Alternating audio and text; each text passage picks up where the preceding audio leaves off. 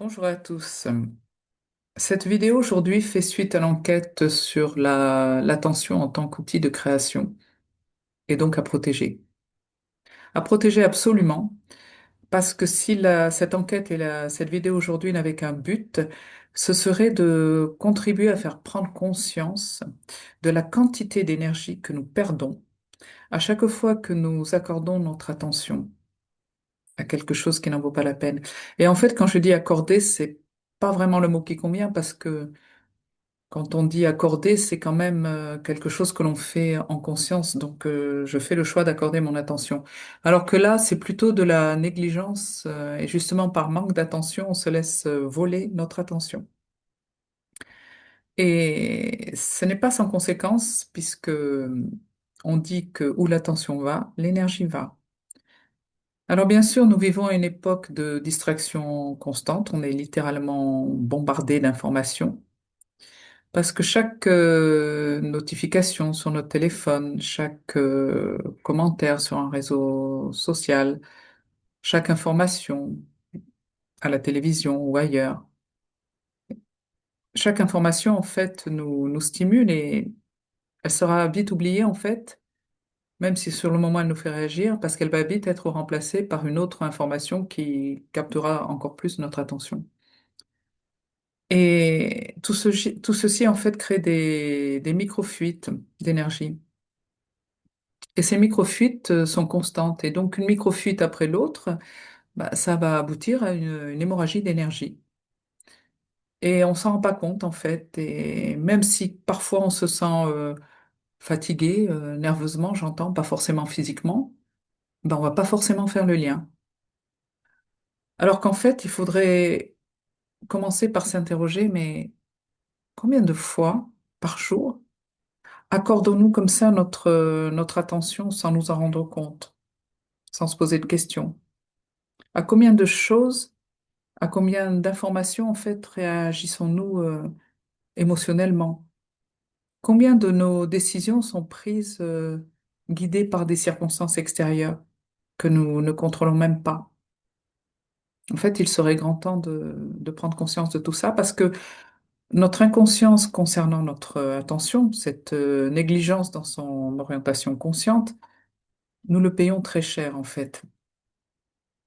Parce que cette attention dont nous faisons si peu de cas, elle ne va pas être perdue pour tout le monde.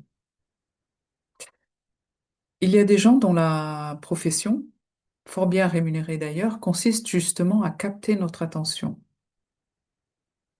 Et ils vont le faire dans l'intérêt de ceux qui les payent, et donc pas forcément dans notre intérêt. Et si nous ne protégeons pas notre attention, si nous nous la laissons voler, en fait, c'est un peu comme si, comme une maison inhabitée, en fait, va avoir tendance à attirer les squatteurs ou les voleurs. C'est un petit peu la même chose. Et le pire dans tout ça, c'est que en permettant par inconscience le vol de notre attention, nous nous rendons complices d'une situation dont nous serons les premières victimes. Tout ce qui capte en fait notre attention, que nous avons laissé sans surveillance, va agir un peu comme un aimant énergétique.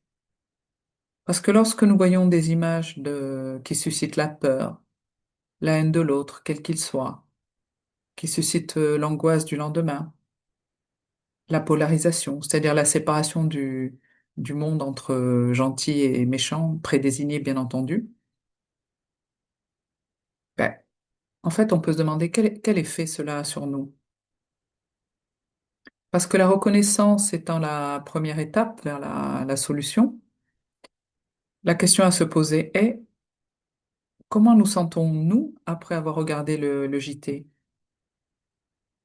Est-ce que on se sent en pleine forme ou est-ce qu'on se sent complètement drainé, vidé, épuisé, plombé? Étant donné le cocktail d'informations démoralisantes, déprimantes, anxiogènes, tous les effets d'annonce, on se doute de la réponse. Et comme par hasard, il est démontré que des personnes démoralisées, stressées, étaient beaucoup plus facilement manipulables. Tiens donc. Est-ce que certaines personnes auraient intérêt à ce qu'on soit plus facilement manipulable? Et est-ce que du coup, ces mêmes personnes n'auraient pas intérêt à nous bombarder d'informations justement anxiogènes, déprimantes, plombantes? On peut se poser la question. Et nous, nous tombons complètement dans le panneau comme des bleus, sous prétexte de nous tenir au courant, sans se rendre forcément compte que se tenir au courant, ça pourrait équivaloir à se tenir à la merci de ces personnes, justement, de ces voleurs d'attention. Et ce vol d'attention est si fréquent, en fin de compte, qu'on ne le remarque même plus. À chaque fois que nous réagissons à une information, que nous réagissons avec émotion, et réagir, c'est exactement ce qu'ils cherchent, en fait, parce qu'à partir du moment où nous réagissons avec émotion, ils ont gagné. L'émotion, c'est de l'énergie. Et cette énergie, elle va vers eux, elle va pas vers nous. Et donc, à chaque info qui nous émeut, c'est comme s'il y avait en fait un fil invisible qui tirait notre énergie vers l'extérieur, comme un peu une pompe aspirante. Et on le remarque même plus parce que cela paraît normal. Ça fait partie de la vie d'aujourd'hui, pense-t-on. Mais il y a un prix à payer et ce prix pourrait bien être plus élevé qu'on ne le pense. Parce que un commentaire comme ça sur un réseau social ou une information qui nous fait réagir, en fait, toutes ces stimulations sont des points d'échange d'énergie. Et si on n'en est pas conscient, ben, on ne se rend pas compte combien, en une seule journée, combien de fois nous avons accordé notre attention, enfin, on s'est fait voler notre attention plutôt.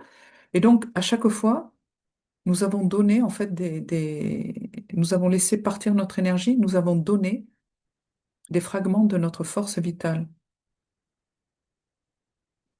Alors bon, il ne s'agit pas, par réaction, d'aller vivre dans une grotte comme un ermite sur les contreforts de l'Himalaya ou de se bercer de l'illusion que tout le monde il est beau, tout le monde il est gentil et qu'on vivrait dans un monde de bisounours. Mais quand même, il faudrait songer à un petit peu limiter les entrées. Un peu comme on ferait une diète après les fêtes de fin d'année, encore que je ne sais pas vraiment si on peut comparer les informations à une fête, mais il faudrait quand même observer un certain minimalisme et faire attention à ce qui rentre dans notre esprit. Donc, il ne s'agit pas en fait de s'isoler complètement, mais ni de rejeter les autres et le monde, mais en fait de pas se rejeter soi, de sauver en fait une part de nous, cette part de nous qui est importante, de la sauver de tout ce déluge d'informations en fait, comme s'il fallait créer des espaces de souveraineté énergétique. En fait, ne pas se perdre soi. Et là, je vais citer Bernanos, Georges Bernanos, qui disait, je cite, on ne comprend rien à la civilisation moderne si l'on n'admet pas tout d'abord qu'elle est une conspiration universelle contre toute espèce de vie intérieure. Ça résonne exactement avec ce qu'on disait. Alors, c'était, je crois, dans La France contre les robots, en 1947 déjà. Lui, il avait tout compris avant tout le monde, hein. Et à tous ceux, en fait, qui se sentiraient encore coupables de protéger leur attention. Alors là, je juge pas parce qu'il n'y a pas encore longtemps, j'étais dans le lot. À tous ceux, en fait, qui penseraient que ne pas réagir au quart de tour, ça équivaut à se foutre de tout, à ne rien faire. On pourrait répondre que la réaction, ça n'a rien à voir avec l'action. J'entends l'action posée, constructive, faite dans le calme et pas dans l'émotion. Une action qui viendrait de son centre et donc de l'intérieur et non pas stimulée par les circonstances extérieures, en particulier les informations qui sont autant de ficelles tirées par les professionnels du détournement d'attention. Parce qu'en fait, en réagissant, on se place à leur niveau et sans nous en rendre compte, nous faisons exactement ce qu'ils attendent. Ils nous connaissent bien mieux que nous nous connaissons, malheureusement. Et en fait, c'est comme si on réagissait sur commande. Et de toute façon, ce n'est pas en se laissant plomber et démoraliser qu'on changera le monde, bien au contraire. Parce qu'alors, on contribuerait à nourrir un égrégore, un peu comme un gros nuage gris, bien lourd, bien dense, au-dessus de nos têtes. Et par définition, un égrégore va chercher d'autres négligents qui donnent leur attention à n'importe qui, n'importe quoi. Et donc cet égrégore va s'amplifier, puis ça va devenir un cercle vicieux. Et donc si l'on veut être créateur et non complice, être dans l'action et non dans la réaction émotionnelle, ben, il va falloir protéger son attention. Et en d'autres termes, protéger son énergie. Puisqu'encore une fois, où l'attention va, l'énergie va. Sur ce, prenez bien soin de vous et de votre attention, évidemment. Et je vous dis à très bientôt. Au revoir.